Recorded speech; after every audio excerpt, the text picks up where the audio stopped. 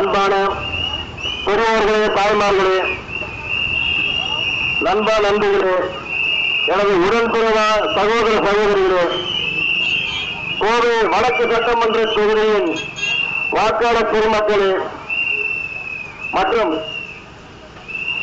எனது அன்புக்குரிய கோவை சாய்பாபா காலனி பகுதி மக்கள் அனைவருக்கும் எனது முதற்கண் வணக்கத்தை தெரிவித்துக் கொள்கிறேன்.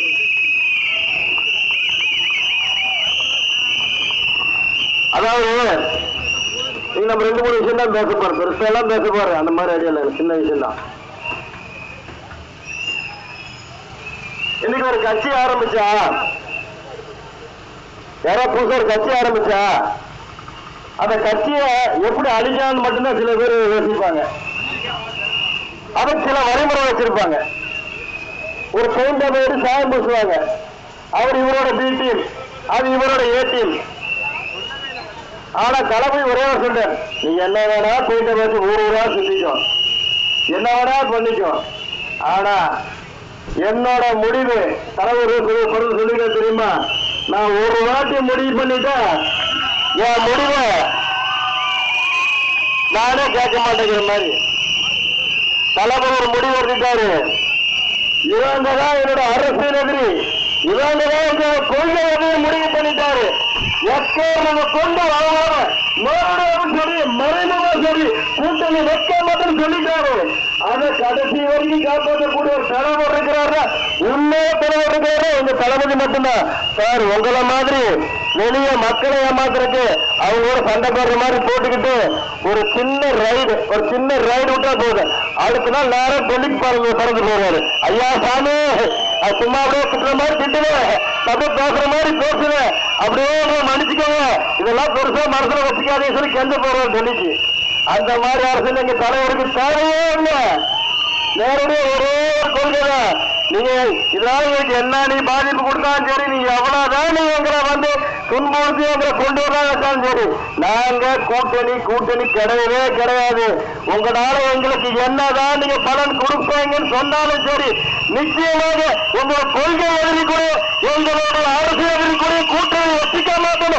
ஒரே ஒரு முடிவோட தன்னந்தர முன்னாள் நிற்ப உங்களோட கூட்டணி வச்சுக்க மாட்டேன். அதாவது என்ன ஒரு ஆதாயம் கிடைக்காது, என் சிறுவா நிறுத்திக்கோ, எனக்கு 2 நிமிஷம் வச்சுக்கோ, என்ன வேணா பண்ணிக்கோ, நான் உங்களை கூட்டணி வைக்க முடியும். ஒரே முடிவோட தன்னந்தர நிற்ப என் மக்களுக்கு ஓட்டு போட நின்னாரு பத்தியா, அதுக்காக தலைவரும் அவர்களே மக்கள் நிற்பாங்க.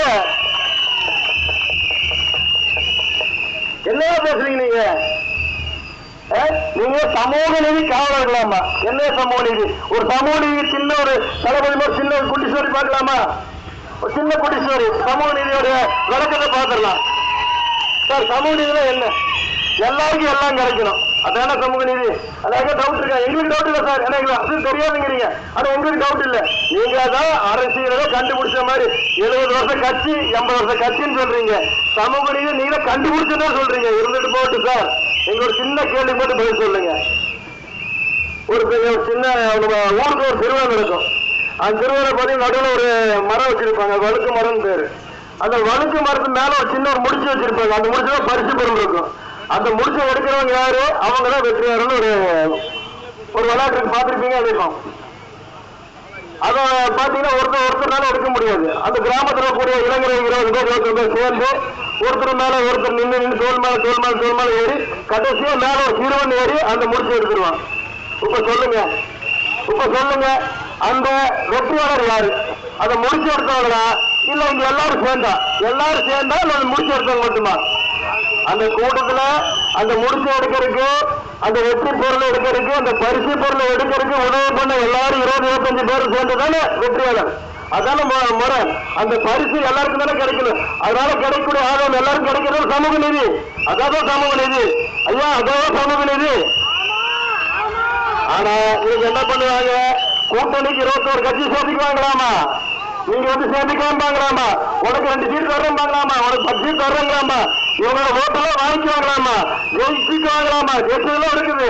ஆனா கூட்டணியிலையும் ஆட்சியிலையும் பங்கு கொடுக்க மாட்டோம்பாங்களாமா. இதுதான் உங்களோட சமூக நீதி.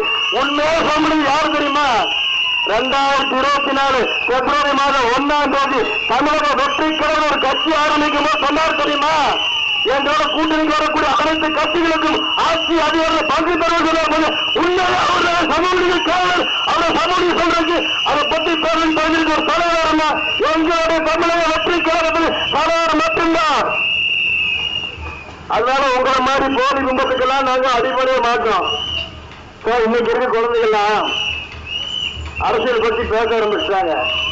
அரசியல் பத்தி பேச ஆரம்பிச்சிட்டாங்க. ஸ்கூல்ல இருக்க குழந்தைங்க பேசுறாங்க சார். இன்னைக்கு 5ஆம் கிளாஸ் படிக்கிற பையன் பேசுறாங்க. உதாரணத்துக்கு பார்த்திருப்போம், ஒரு பொங்கல் லீவ்ல பசங்க போயிருந்தாங்க. ஒவ்வொரு வீட சைக்கிள் எடுத்துட்டு போறாங்க. 4 சிறுவர்கள் போறாங்க. போட்டு சார் தமிழக வெற்றிகளுக்கு ஓட்டு போட்டுருங்க, தமிழக வெற்றிகளுக்கு ஓட்டு போடுங்க சொல்றாங்க. அங்க ஒரு சகோதரி பார்த்துட்டு தம்பிங்க வாப்பா என்னப்பா நீங்க சின்ன பசங்க ஓட்டு கேட்க வந்துட்டீங்க, யாரா நீங்கிறாங்க. அக்கா எங்களுக்கு ஓட்டு இல்லைங்கக்கா, அதனால எங்க தளபதி எங்க அண்ணனுக்காக ஓட்டு கேட்க வந்திருக்காங்கிறாங்க. ஓட்டு கேட்க வந்திருக்கீங்களா? சரி நான் ஓட்டு போட என்ன ஒரு தலைவர் பண்ணுவாரு. அக்கா அவர் நல்லதாங்க பண்ணுவாரு, வேற தப்பாலாம் இது பண்ண மாட்டாருங்க. சரிப்பா நல்லது பண்ணுவாருங்கிறியா? சரி என்னப்பா பண்ணுவாரு? அக்கா நீங்க 3000 ரூபாய் கொடுக்குறது நீங்க இறக்காதீங்க. யாரு காசுக்கா கொடுக்குறாங்க? நம்ம காசுக்கா கொடுக்குறாங்க, நம்ம கவர்மெண்ட் காசுக்காக கொடுக்குறாங்க, இவங்க காசுக்காக கொடுக்குறாங்க. ஏங்க நீங்க ரொம்ப நம்புறீங்கிறாங்க. 5ஆம் கிளாஸ் படித்த பையனுக்கு இன்னைக்கு அரசியல் தெரியுது. 5ஆம் கிளாஸ் படித்த பையனுக்கு அரசியல் தெரியுது. இனிமேல் நீங்க மக்கள் ஏமாத்த நீங்க முடிவே பண்ணிடாதீங்க. இன்னைக்கு மக்கள் ரொம்ப தெளிவா இருக்கிறாங்க. அதாவது எங்களோட சின்ன சின்ன குழந்தைங்க தான் இன்னைக்கு, அவங்க தான் நாளைக்கு தலைமுறை, அவங்க தான் நம்ம நாட்டோட எதிர்காலம். அவங்க சொல்லிட்டாங்க எங்களுக்கான எதிர்காலத்தை அமைச்சு தரக்கூடிய ஒரு தலைவர் இருக்கிற தமிழக வெற்றிக்கான தலைவர் நிச்சயமா அவங்க ஓட்டு பண்ணும். ஒவ்வொரு குழந்தைகளும் பெற்றோர்கள் சொல்ல ஆரம்பிச்சுட்டாங்க. சார் அதான் எங்களுக்கு தெரியும், எங்க குழந்தைகளுக்கு தெரியும் அவங்க எதிர்காலம் தீர்மானிக்கக்கூடிய, அவங்க எதிர்காலத்தை உருவாக்கக்கூடிய தலைவர் இருக்கிற தமிழக வெற்றிக்கான தலைவர் அந்த குழந்தைகளுக்கு தெரியும். அதனால அவங்க எதிர்காலத்தை மனசுல வச்சுக்கிட்டு எங்களோட பெற்றோர்கள்லாம் நிச்சயமா சொல்றேன், அவங்களோட பிள்ளைகள் எதிர்காலம் தான் அவங்களோட கனவு, அவங்க லட்சியம் எல்லாம். எந்த ஒரு பெற்றோர்களும் எந்த ஒரு தாய்மார்களும் சரி, எந்த ஒரு தகப்பனும் சரி, தங்களுடைய பிள்ளைகளோட எதிர்காலத்துக்காக எத்தனை கோடி ரூபாய் விலை கொடுத்தாலும் அவர்கள் கொடுக்க மாட்டாங்க பிள்ளைகளோட எதிர்காலத்தை. அதனால சார் நீங்க கொள்ளெடுத்த காசெல்லாம் நீங்க மக்களுக்கு கொடுங்க, ரொம்ப ரொம்ப வரவேற்கிறோம். இதுதான் எங்களுக்கு உண்டான வாய்ப்பு. நீங்க கொள்ளெடுத்து நீங்க திறந்த எங்க கிட்ட இருந்து திறந்த காசெல்லாம் எங்களுக்கு திரும்பி வரக்கூடிய வாய்ப்பு இந்த எலெக்ஷன் இருந்தா நீங்க கொடுங்க சார். நீங்க தங்கமா கொடுத்தாலும் சரி, நீங்க வெள்ளியா கொடுத்தாலும் சரி, எங்க மக்கள் வாங்கிக்குவாங்க. ஆனா அவங்களுடைய வாக்குகளை, அவங்களுடைய ஓட்டுகளை, அவங்களுடைய உரிமைகளை, அவங்க பிள்ளையோட எதிர்காலத்தை நிச்சயமா தமிழக வெற்றிக்கான வெற்றி சின்ன விசில் தான் கொடுப்பாங்கன்னு சொல்லிட்டு வாய்ப்பு அனைத்து நல்லவர்களுக்கு அன்பான வாக்காளர் பெருமக்களுக்கும் என்னுடைய அன்பு கலந்த நன்றியை கூறி விடைபெறுகின்றேன். நன்றி, வணக்கம்.